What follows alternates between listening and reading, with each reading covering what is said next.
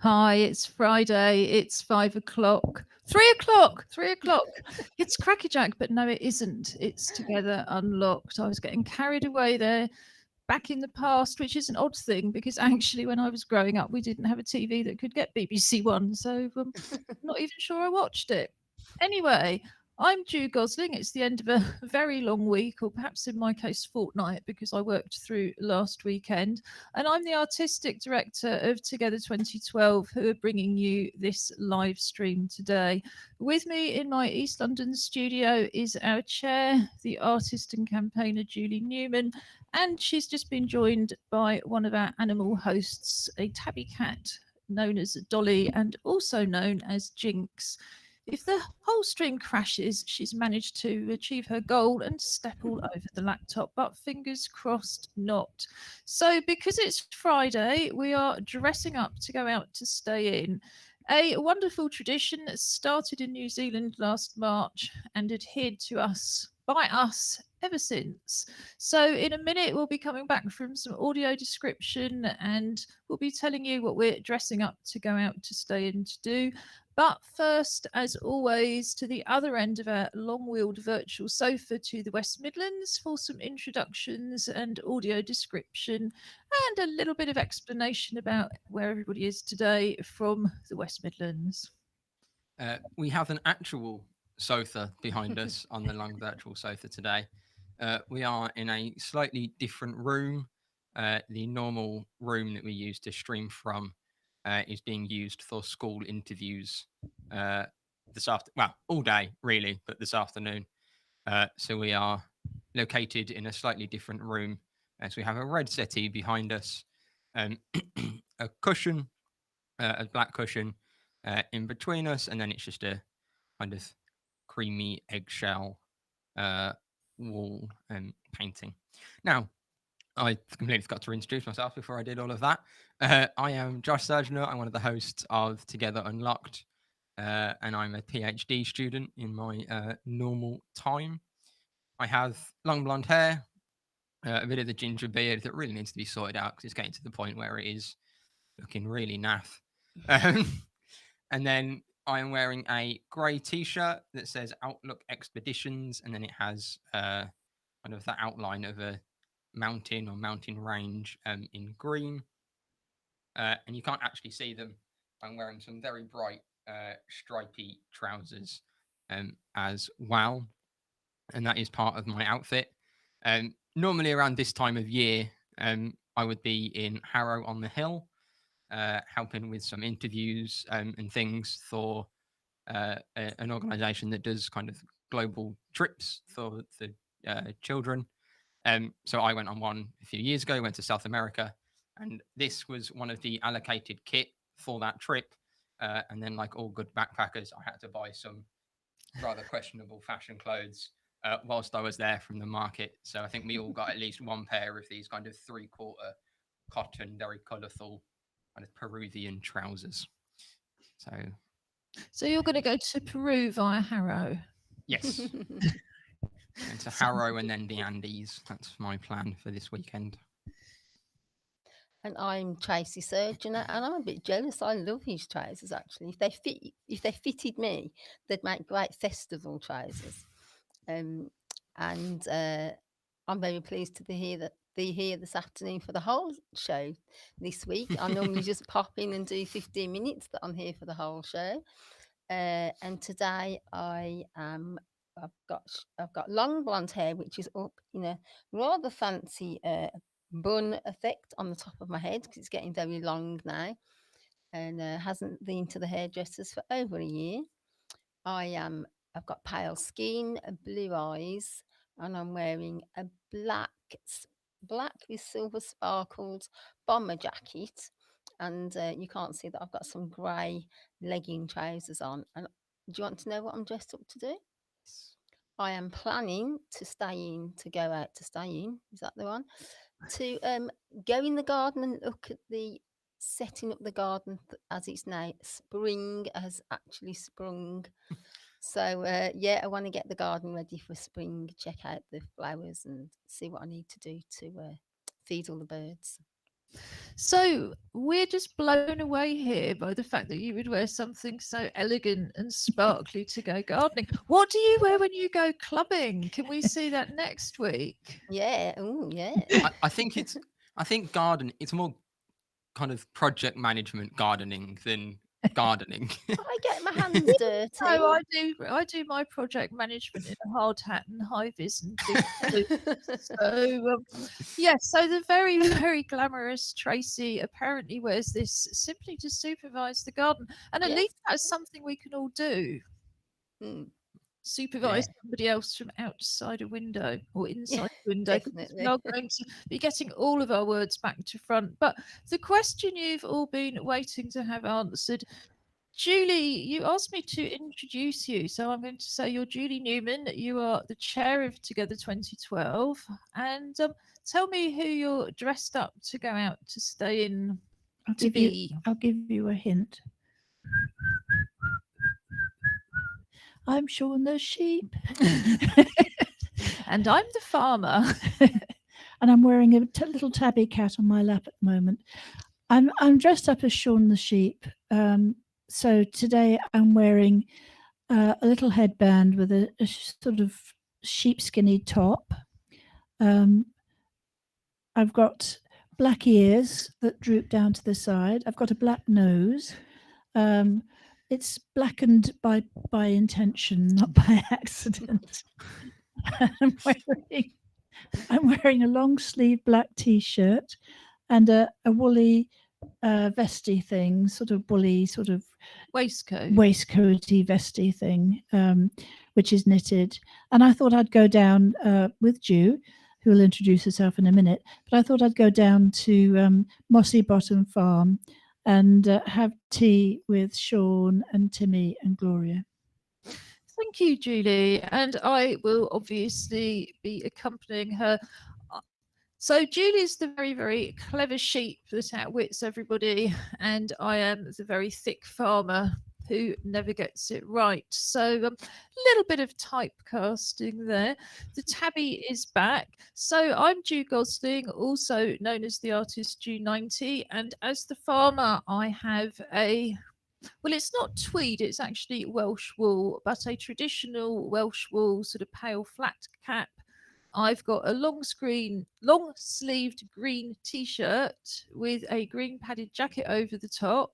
I've got light olive skin, green eyes behind black plastic glasses, and I've got silver coloured jewellery, including in celebration of the farming theme. I've got a sort of daisy necklace and daisy studs in my ears. There's not really much to say about the cat. She's not really dressed up to go out to stay in to do anything, but we did wonder whether the ears would work. Yes, she's got a pink collar on, Julie.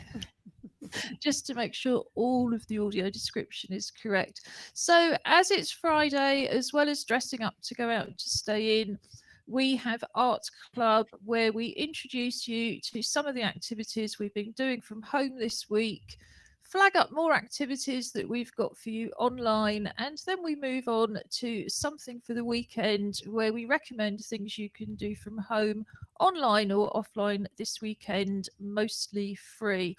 That includes LGBT plus History Month. And we always finish with some music. Today, we've got something a little bit different. I wanted to pay tribute to one of the artists we lost last year, who's the musician Lynn Levitt. So, in honor of Lynn and LGBT plus History Month, we're going to have some music from Lynn at the end of the show, and I'll tell you more about that when we get to it. So, Tracy, last week you showed us, among other things, ideas of what to do with toilet rolls. So we're talking about recycled art, given that most people's art materials ran out a long time ago. So these have been sent in by Sophia. I'm just going to pop one up on the screen and then try some audio description. So she's taken the toilet roll and just taken on board the very, very simple things you said. So this is one side, and she's pinched the top, I think, to kind of create sort of ears, and has put stickers over it.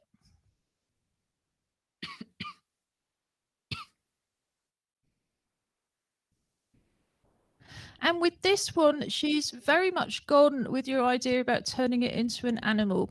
So she's coloured the toilet roll, sort of browns and oranges with felt tip. She's drawn on a face and whiskers and just pushed the tops together to turn that into a cat. And that's really effective. Thank you for sending those in, Sophia. Yeah, that was nice. I'm glad that people are having a go at these different things at home. That's the whole point. It's just Yes, well, I've got some collages to show you next that our Tuesday Art Club have been making. But before that, I know we spoke a little bit earlier about being able to use kitchen materials to make modelling clay. And I wondered if we could just touch briefly on that. We have a highlights and links page. It's on our website, www.together2012.org.uk. And we have a pull down menu under the main Together Unlocked TV link. Now, on that highlights and links page, we will put up all of the links and videos and everything we discussed today. Last week, we included a recipe for glue that you can make with basically just flour and water. So I think it's really good to move on and have a look at the modelling clay. So how does that work, Tracy? this is something that I was introduced to a long time ago when Emily was quite small, and it is using simple things that you've got in the cupboard. And so it's basically flour, salt, and water, and it's just salt dough. So it is like making a modelling clay, much cheaper than going out and buying clay, and a lot easier to handle. I haven't got very strong hands, so I find trying to work with clay from scratch can be really hard. It's quite hard to soften up and move around. And it's expensive if you get it wrong. So um, I've tried the salt dough. Uh, you need a bit of muscle to get it mixing, but I always manage to find someone that I know that can do the mixing. Um, and then you basically use it like clay. So you create whatever you fancy. There's some great ideas. And Christmas time is a great time for making small decorations, and drawing on, carving on patterns just with the end of the stick. And then you leave it to dry on a windowsill and it'll just air dry. You can put it in the microwave, you can put it in the oven, but I've just usually just leave it on the windowsill and it dries overnight, and then it can be painted. Um, whatever colour you like. So it's really versatile and usually, available from your kitchen cupboard. I was going to ask as well, because we've been, and I think we mentioned this last week, great fans of the Great Pottery Throwdown, which is on a Sunday on Channel 4 in the evening. I think it's at 8 o'clock, Julie, something like that. And sometimes they work with coloured clays. Can you put food colouring in and just colour the whole salt dough up? You can actually put food colouring in, and then you're left with one colour unless you break it up and have a few smaller balls of different colours. Then you could mix it together. But yes, very easy. Food colouring would work really well. And it's suitable, presumably, as well for those, because I'm just thinking about some very simple, sort of inclusive activities. I always remember way back at school, where you did the handprints. Yeah. And handprints is something I'm a real fan of, because it's what links cave art all over the world, and making those handprints are one of the sort of oldest forms of art. But of course, every single hand is unique, including the fact that some people, well, I remember Matt Fraser doing a workshop with us, and yes, Matt doesn't have thumbs, and he was very proud to be one of the first people to be doing the handprint. So you don't have to have a sort of average hand, and it can be a footprint, it can be a fingerprint. But there's something at the moment, isn't there, where we're only seeing people virtually, where particularly if you've got children, I'm sure there's relatives that would actually really appreciate a dear little handprint in salt dough, maybe painted gold and sent in the post, carefully wrapped. Yeah. Yeah, I think the other thing about salt dough is the recipe itself is really simple. You don't have to kind of remember it's 1 to a half and a half. So if it's a cup of flour, it's half a cup of water and half a cup of salt. And that ratio is the same. It's three things, and that is so you don't need to be kind of getting out scales and measuring 123.5 grams of water or anything. It's very simply, it's whatever flour, you just do half of salt and half of water. So it is kind of super accessible, super easy to do, and you don't need anything other than a cup or a mug Yeah. to kind of measure out your ingredients. Have Yeah. you And used you can Josh? use felt tips to colour it in. It doesn't have to be fancy, expensive paint. Felt tips will work, or just a pen. Sorry, what was that, Julie? Have you made it? Have you used the? I haven't. I've just kind of been around when it's been made, and been. I mean, I think we've got a couple of Christmas tree ornaments that are salt dough from kind of Yeah. from years ago, and things from various school-based or home-based arts and crafts things. So I haven't kind of used it personally, but I've seen it used a lot. Yeah. I've With used it. Easter coming up, there's salt dough chickens and salt dough Yeah. eggs And rabbits. and rabbits. Indeed. maybe we'll be doing. What was it? Was it some?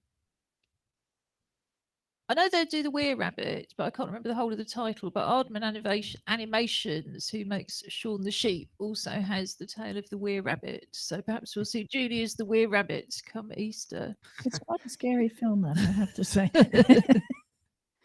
you don't look entirely benign as Shaun the Sheep. There is something, or at least not if you're sitting next to somebody who every time I turn around, there's the black nose. So we said we'd have a look at some more recycled art. So we have a clubs program which is aimed at any disabled person who can get to us, which of course these days means if you've got digital access, not whether you can get to East London, and anybody you would like to have join you. On a Tuesday and a Friday we have art club. On Tuesday they have a make and natter session, and on a Friday they have a still life session. So we'll have a look at the make and natter session first. I think they've been working with collage for a few weeks. Is that right, Julie? Yes, I think so. Yeah. So this is Glory Sengo holding up a couple of collages that he's made. So this is the first one.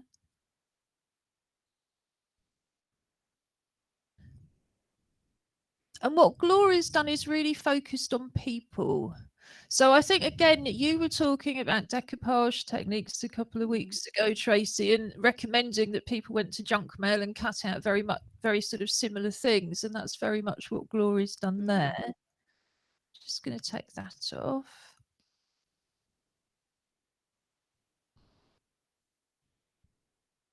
And then this is a similar one that he's just started. And what he's done in terms of composition is take a picture of I think it's an athlete with her hands on her hips, cut it sort of down full length to about her knees, and then he's beginning to put things around it. Yeah. Now, these are from Duncan. Reminds me of Duncan's surname, Julie. Bridgestone. Blank look. Forgive. So we've got some beautiful pictures from Duncan, and Duncan's been very much going for an abstract look. So I think here he's got different colours, but it looks to me, and again, I think it's a bit of a disability arts piece as well. He's got a pill packet, and he's cut out over the pill packet and posted things over it so you can see some of the packet. I'm going to take that off just because I've got more to come.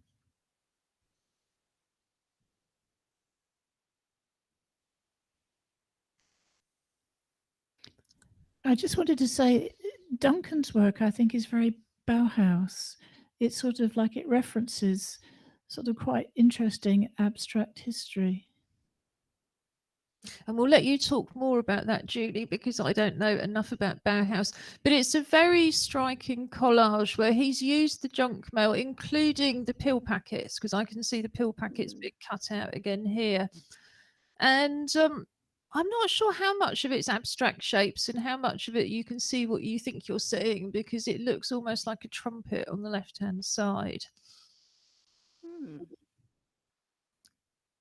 So this one is different again.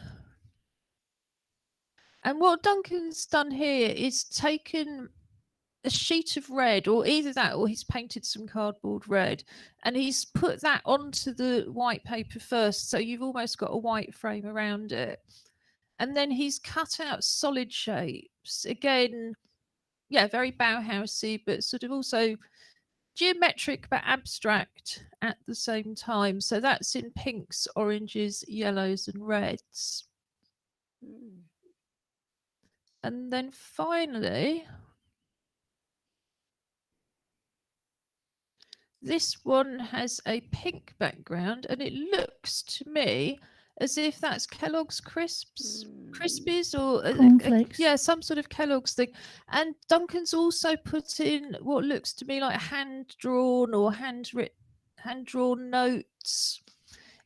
They're not the best pictures in the world because nobody's actually got the facilities to take great pictures. So did you want to just tell us a little bit more about the group, Julie? Because I think you were with them last week, weren't you? I was with them this morning as well. Yes, well, we'll come on to talk Yeah. about the still life. I'm still there.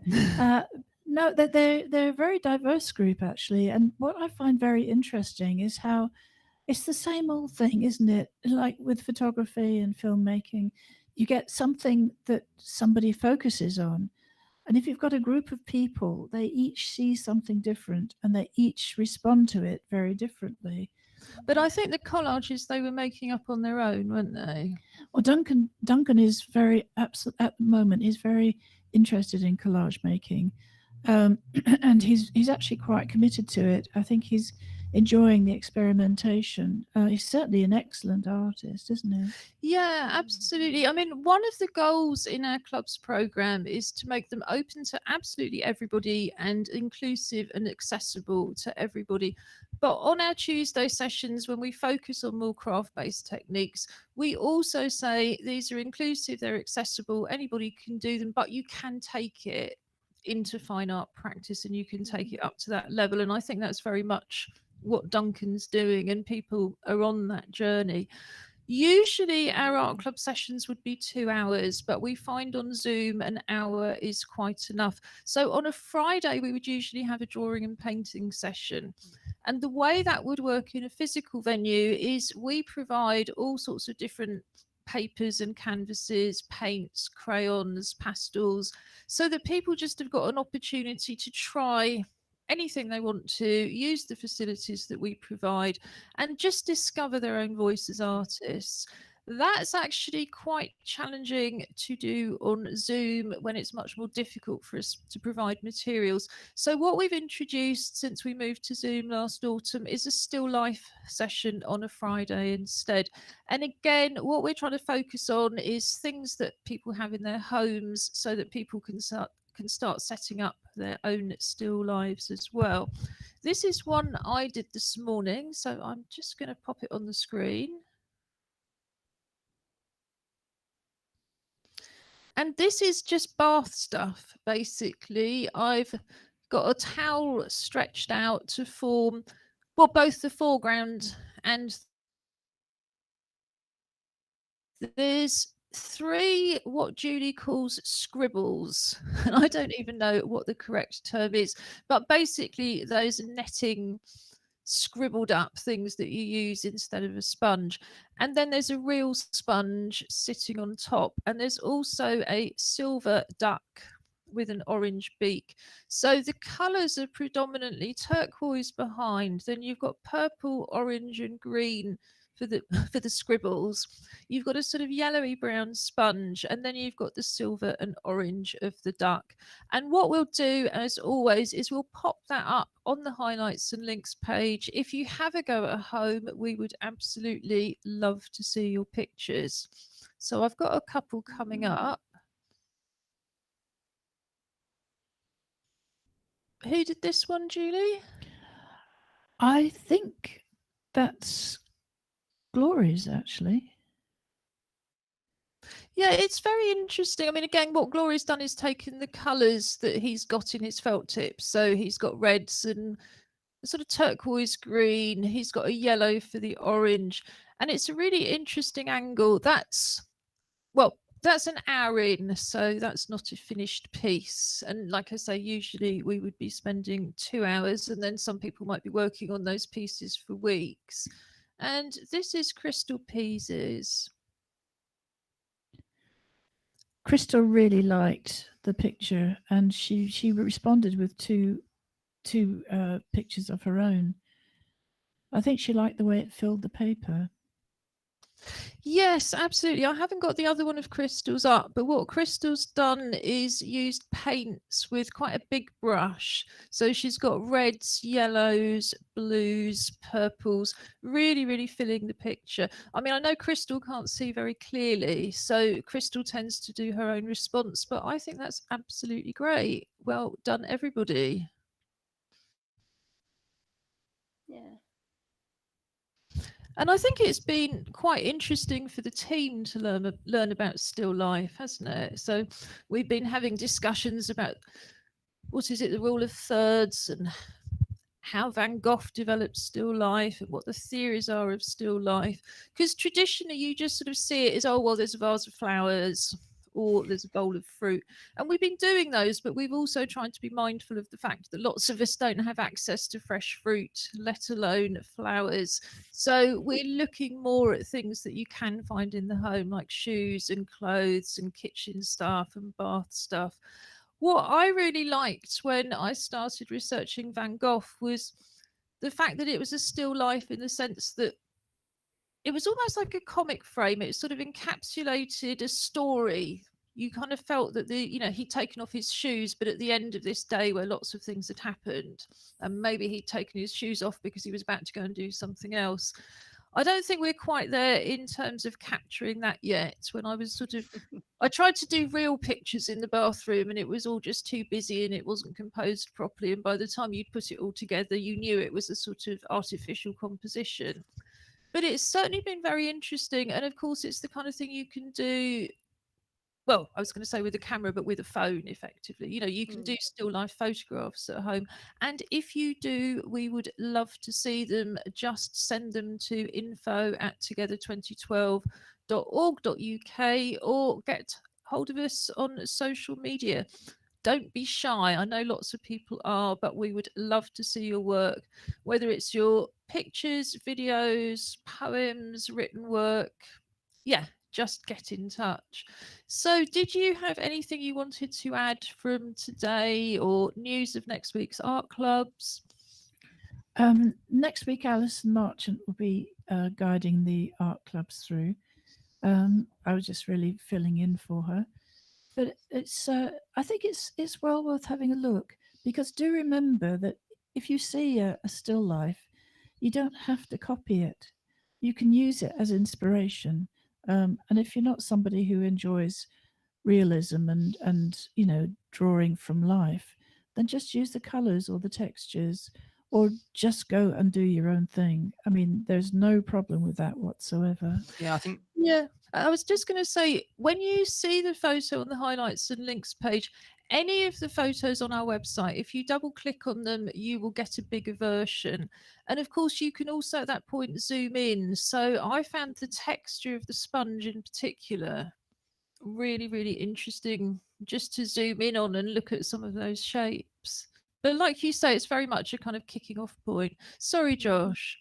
yeah, no, I just think kind of just running on from what both of you have said, that that there is so much you can do with a still life image. You can kind of go the hyper realism side, and you see some of those kind of pencil sketches of kind of faces and and water bottles and things that I wouldn't even know where to start on drawing something like that. They're incredible. But then Drew mentioned kind of Van Gogh as technically they are still life, and he's painting something he's looking at, but it's not anywhere close to being what was actually there. It's his interpretation and his impression of it. And essentially, if you stand somebody in front of the vase of sunflowers, for example, 12 different artists, you're going to get 12 completely different paintings. And I think that's the thing that's kind of I like about still life stuff Yeah. is that the amount of variation you can get from essentially the same subject. Yeah. Yeah, and I think just finally to say on that, in terms of photographing them and to sort of take it full circle to the coming Monday, one of the regular features on a Monday is app dates. We've looked at a range of different arts apps over the last couple of months. We keep coming back to Waterlog, which is a free app that Julie recommends. So if you take your own still life as a photograph, you can always just run it through one of those apps, and hey presto, you have an instant still life painting without having to pick up a brush or have access to any paints. So yeah, we'd love to see those as well. I think there's so many interesting ideas for still lives that perhaps lockdown are pushing us towards that we might never have considered before. So yeah, send them in. But in the meantime, I'm going to put on a short video to tell you about some of the other activities that you can join in from home just by accessing our website www.together2012.org.uk.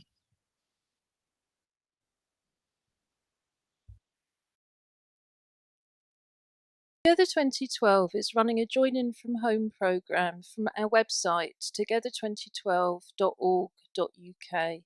Click on the link at the top of the page, Join in from home, to go straight to the main page where you have a wide range of accessible, inclusive creative activities, mostly using things that you would already have at home. At the top of the page and throughout the pages, you will also see videos in British Sign Language to translate the site for deaf people. These videos can also be useful if you have difficulties reading and you simply want to hear more of the content. The Join In From Home programme is based on the activities that we would usually be running in East London. So, for example, we have an art club which usually operates on a Tuesday with craft-based activities and on a Friday morning for drawing and painting. Here you can join in with the Arts Club's Hands project and celebrate your uniqueness and membership of the human race. There are full instructions on the linked page here. But essentially, we invite you to draw around your hand on a piece of card. It could be an old cereal packet. Cut the shape out, turn it over, and decorate it with anything you would like to do. It could be paints, crayons, glitter, collage, beads, leaves, anything you can think of. Photograph your hand or hands and send it to us at tv@together2012.org.uk. We'll add it to our video installation and share it on social media. Our music club usually meets on the first Friday of each month. We have an open mic session and we invite everybody to play along with percussion instruments. So here you can learn how to make your own percussion instruments from recycled materials. And you can also join in a percussion workshop from last summer in terms of carnival percussion. So these three instruments are used most often in carnival. We have a shaker and a go-go and a hand drum. So this is how to make a recycled shaker, a recycled go-go, and a recycled hand drum. You can also, if you're technically minded, make your own tactile sound instrument. This does require a few simple electronics, but is a very interesting and exciting project as part of our Vibrafusion ongoing work. You can also listen with Together. We have Spotify playlists created by Robin Surgener, also known as our TV presenter Angry Fish, and we also have 2 classical music playlists from Bournemouth Symphony Orchestra, including one that's uniquely suited to people who are feeling very unwell.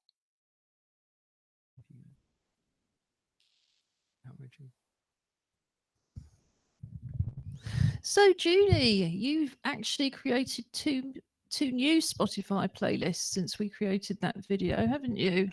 I did. I was a bit wary of Spotify. I wasn't sure what it meant.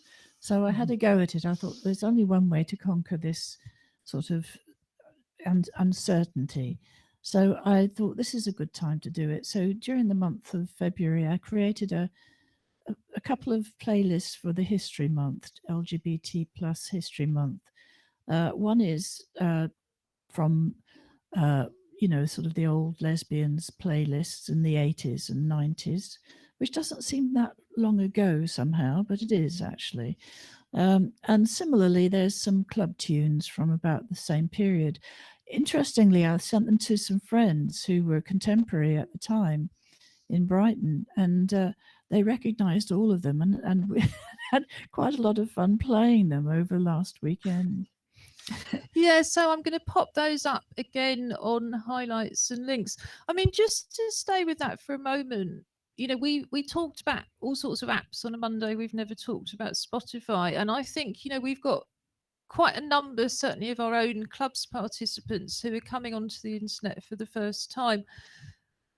I'm pretty sure you can run Spotify on a computer as well, but traditionally you run it on a phone. You can, if you're prepared to accept adverts, it's completely free, and just about every piece of music ever released is up there, unless you're a musician who's gone to extraordinary efforts to prevent it, because they get practically no money every time their record is played. But you found it quite easy to set up your own playlist, didn't you? And I always think a playlist is the equivalent of the old-fashioned mixtape. Yes, absolutely. It's sort of back in the day, it would have been a little cassette, sort of a 60-minute cassette or a 90-minute cassette, and it would have involved an awful lot of work to get the records out, to play them, to record them, and then blah blah blah blah blah. So no, Spotify, it's a flick of a finger, very straightforward. I do like the fact it's free, and I've been using a different music app, which is paid for, which I've loved. I've had it for years and years and years. Oh, which one? The Amazon Music. Oh, yes, because you can get that. Is that part of the Prime membership, or do you have to pay for it separately? I think it's paid for separately, but I've enjoyed it so much that I haven't worried about paying for it, because I just don't go out to clubs or anything, or to pubs, or I don't spend money socializing. So for me, it was a way of socializing, and it meant that I had instant range of music at my command, and I could, again, it creates playlists. So I've got some really miserable playlists for bad days, really joyous playlists for irritating days, and just some nice background music, sort of like we did a mindfulness training yesterday, and it's sort of like it lends itself to mindfulness. So we're hoping you're going to be doing more playlists for us, and also Robin. But for everybody who's just sighing at the thought of yet another boomer playlist from us, perhaps when Josh has got time, he might actually do some as well, and maybe even pattern, although there are no promises. I strongly suspect if the lesbian clubs were open tomorrow, or indeed tonight, you wouldn't notice that much difference in the music.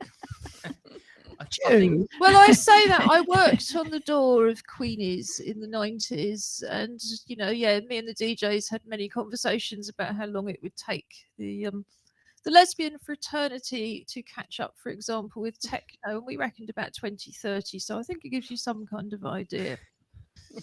I mean, I could put a playlist together, but I think you'd be surprised how much of the crossover there is from my playlist to yours. Well, I do listen to lots of kind of modern music and contemporary music, because I do try and be cool, but mainly it's just because I listen to the radio or kind of stick to music and pick things up. But actually, I love a bit of, what would technically I think people my age would call old music, but I don't think it is. It's just good music, isn't it? Really. Well, we would say so. Yeah. And I think that's the thing with music, yes, obviously kind of music trends change, but a good song is a good song. People are still going and listening to Beethoven, and that's is not exactly contemporary. I don't think is in the charts, but if the music is good, people are going to enjoy it kind of whenever. Mm. Yeah, I think that's right. I mean, you might not like a particular genre, but if you hear it being played exceptionally well, then I think it always really hits home. I was surprised, and of course now I'm going to forget his name, isn't it typical? But I was at the Association of Festival Organisers conference last Saturday, obviously online, and we always have agents put people forward to play, sort of lunchtime showcases and things.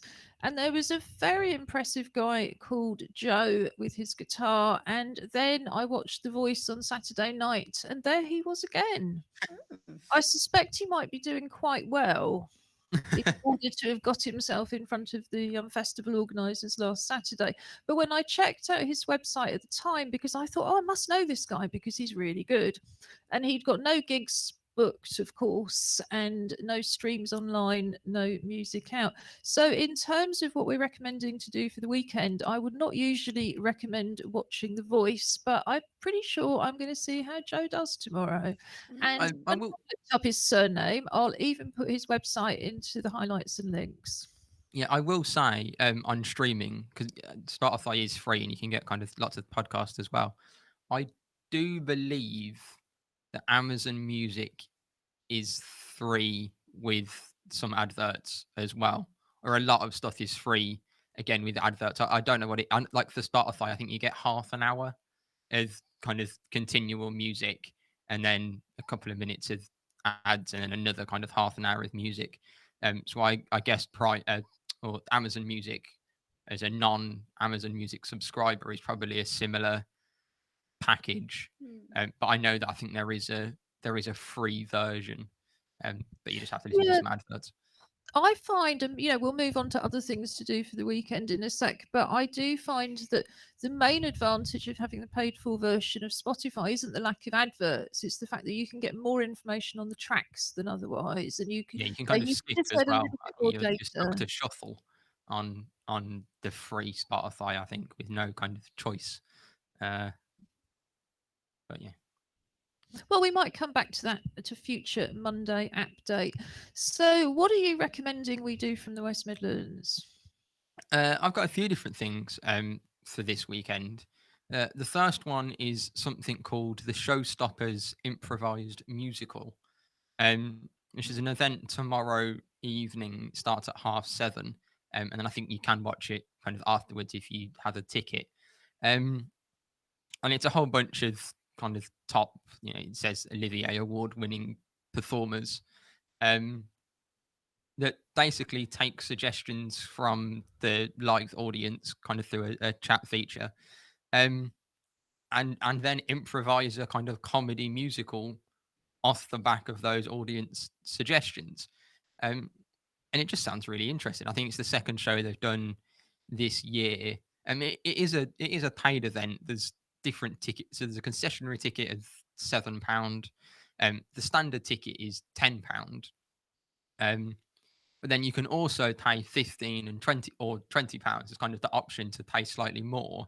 That just says, and I think it says, if you're able to, consider paying closer to what you would for an actual evening at the theatre price.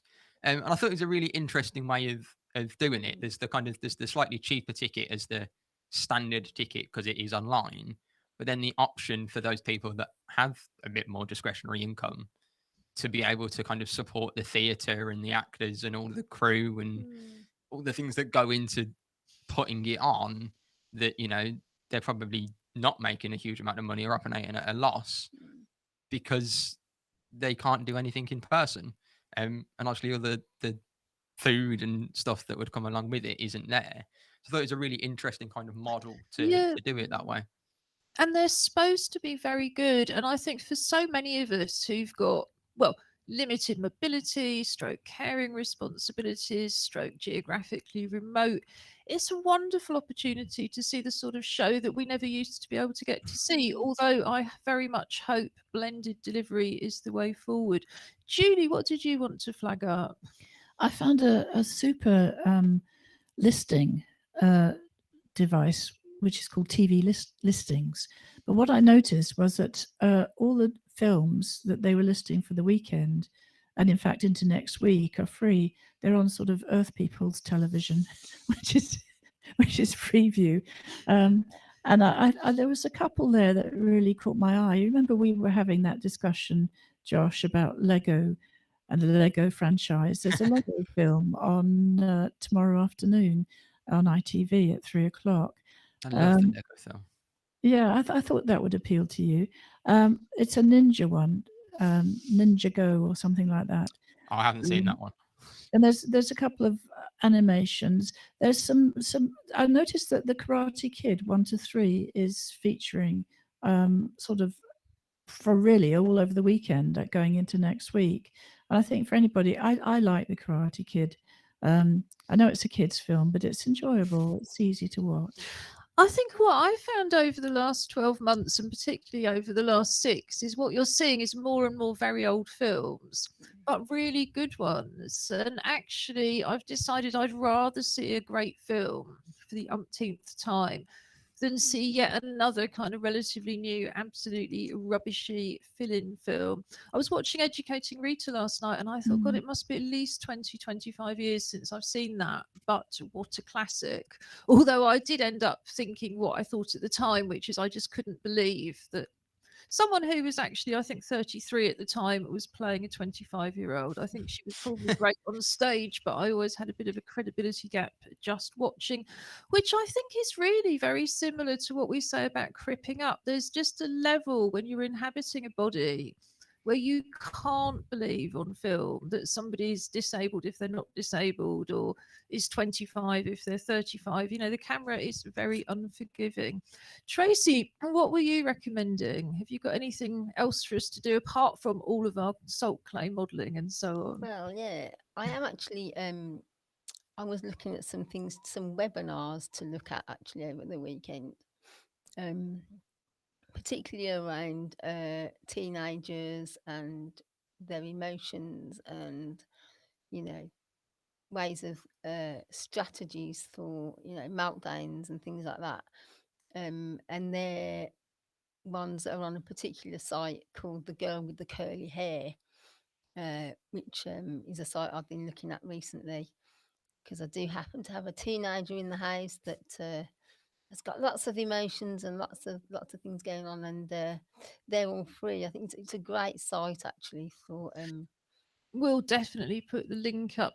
I mean, yeah, I'll send the yeah, link. and I think, as we all know, there's so many young people who have found the last 12 months very, very difficult indeed. And yeah, for everything Boris said on Monday, it's not going to just get easy at the drop of a hat. Julie, did you have something else for us? Yes, I think something that I'd picked up was events online. It's another free listing. What I quite like about both of these listings is that you can scroll down and you can find something that appeals. And you don't have to go through the whole sort of clicking individually, etc. But Ju, I think this one might be for you. It's the Glasgow Film Festival. Ah, in fact, yes, as it happens, I'm speaking at the Glasgow Film Festival on Tuesday. I don't know, though, I haven't, isn't it dreadful? I haven't actually looked at the website. I'm chairing a panel discussion on disability in film, but I'll talk more about that on Monday, I think, and I mean, let's do some research. But it was very flattering to be invited. But we'll park it till Monday. Mondays we always talk about film and photography in any case. A listing site that I've been recommending through the month, and indeed I see the events go on into March, is the LGBT plus History Month website itself. They've got a very, very well programmed calendar, so it automatically deletes everything that's already happened, and so you instantly go onto it and it shows you today, you can click and see tomorrow, and so on and so forth. And there's such a range of activities. I think I've spoken at 5 events in the last week, so I'm slightly losing track. But what I've really enjoyed, it's like Tracy was talking about webinars. You know, we've always sort of looked at, oh, well, there's this leisure activity and that leisure activity and this hobby and that hobby. Sometimes it's just really nice to use your brain. I've heard such interesting presentations. You know, there was a wonderful presentation about the life of a gay tailor in Leicester, for example. You know, there was wonderful stories last night about the history of women cross-dressing And of course, most of them were straight because it was about getting more money. There were all sorts of jobs that women couldn't do. There were all sorts of jobs where women were paid less, and consequently, there were places women weren't allowed to go. Of course, many of them, and it reminded me of that sort of film in the scene in the classic Life of Brian, where all the women are sort of dressed up in beards. But apparently, that was really true. Cross dressing was a real thing in order for women to access all sorts of things, and the prohibitions against cross-dressing went right back to the Bible. So yes, my head's just bursting with wonderful stories and testimonies, but there's also lots of fun events going on too, including, because it's Friday night and I always flag this one up, the drag queen life drawing classes that Margate Pride are hosting. Have you got something else for us, Julie? Well, I just thought I'd again refer back to Josh, to something that you brought up previously, which was the third England versus India Test match, which has Oh, spectacularly finished in 2 days. It should have been yeah. on the weekend. I think it might only be I think it might have been scheduled as a 2-day, but I mean, they were just shocking. I mean, it was for Well- anybody that didn't see it. I think both England and India played some of the worst cricket they've ever played. It was truly, truly terrible. I mean, on I don't know if in the Tracy remembers me saying on Wednesday that I was a non-cricket fan, but I knew it was going to be dreadful because it always was, and there was always this collective delusions that different things were going to happen. Okay, so that's something that won't be happening at the weekend. Did you have anything else to recommend, Tracy? No, I think you've got something else. haven't Yeah, you? I had two others. One is a three thing, and it is sport. There's Six Nations is back this weekend. They had the week off last week, which meant that my weekend was completely lost. Didn't know what I was going to do with myself because there was no TV. There was no rugby on the TV. But that's back. There's England versus Wales, which I'm looking forward to. And Italy are playing Ireland, both of which are kind of free on the TV. Obviously, if it's on the BBC, you need a TV license, but we'll go with free. And then the other one was a paid session that was portrait drawing with charcoal, which is it's Saturday or Sunday. I can't remember off the top of my head. I've got it written down in my links that I'll send over after the show. It's £10 or £10.30p, I think, when you add the tax on. But it sounds really interesting, and yeah, it's a kind of a guide to drawing portrait or self-portrait with charcoal, and it just sounds. I mean, obviously, you need the stuff to be able to do it yourself. But I think even if you don't have it to hand, you can still go to the class and learn, and then buy some chalk on Amazon afterwards and do it. But it just sounds really interesting. Yeah, I think I mean, I don't do a lot of drawing, but I think, it's a lot easier to hold a piece of charcoal. Mm. And there's a lot more you can do with charcoal than pencil because you can blend it into the paper, you can sort of rub it out, you can kind of make it harder. It's pretty good. What we used to do in terms of art, indeed, Friday Art Club, is we had tins of hairspray. Always do this outside. It's not good for your lungs. You do not need an expensive fixative. Pound shop hairspray works really, really well. But if you're going to use charcoal, fix it, or the next thing you know, there's just one big, huge smudge, and that's always really disappointing. But yeah, hairspray works absolute wonders. So we're coming towards the end of another week as we move closer and closer towards liberation and sunshine. Probably not as quick as the Prime Minister thinks, but I think we're all used to that by now. One more thing I wanted to flag up was, of course, next week's show on Monday. We'll be talking about apps, we'll be talking about film and photography. We would love to hear from you. We would love to see your work. Come on the show, tell us about your projects. Just drop us a line at info@together2012.org.uk. And then, of course, Wednesday, we move on again to things like the Clockwork Paralympics, virtual walk in Norfolk, and more sport and gaming with Josh, and of course, lots and lots of poetry. So we look forward to seeing you next week. The highlights and links page will be up by about 5 o'clock, and the edited version of this recording usually goes up about 7. It just does take a little bit longer for the captions to process, though. So if you're recommending the show to somebody who needs to use the captions, it's always best either to watch it live on our website where you can see the captions, or to wait for a few hours after the recording's gone up, just to make sure you are watching the real thing and not what is colloquially known as craptions. No, I won't repeat that. So we're going to finish the show, as always, on a Friday with some music. Today, it's not going to be live music, and indeed, we're not going to see the performer. This is a piece that I wanted to play in honor of LGBT plus History Month, and also in honor of the musician Lynn Levitt, who, like I say, we lost last year to COVID. Lynn was a proud trans woman. She was a very, very interesting musician. She had severe cerebral palsy. She wasn't able to communicate other than through a computer using her nose, and that was how she programmed all of her music. I was commissioned to work with Lynn in 2003 to create some videos to go with pieces that she'd been commissioned to produce by Drake Music Project.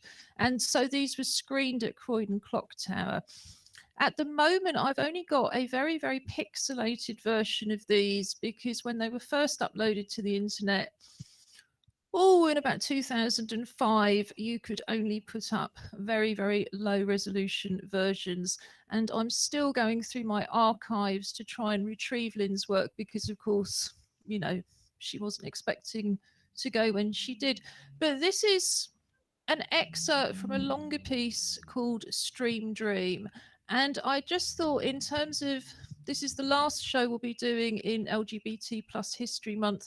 Next year, we intend to be having a much bigger event. And then we will be celebrating the artists that we've lost in the last few years, who should now become part of the curriculum, because LGBT plus History Month is very much first and foremost aimed at schools. So we're going to be doing some work over the next 12 months to look at our artists, celebrate our artists, and get them into the curriculum for the future. But in the meantime, it's goodbye from East London. It's goodbye from the West Goodbye Midlands. from us. And this is Lynn Levitt with Stream Dream.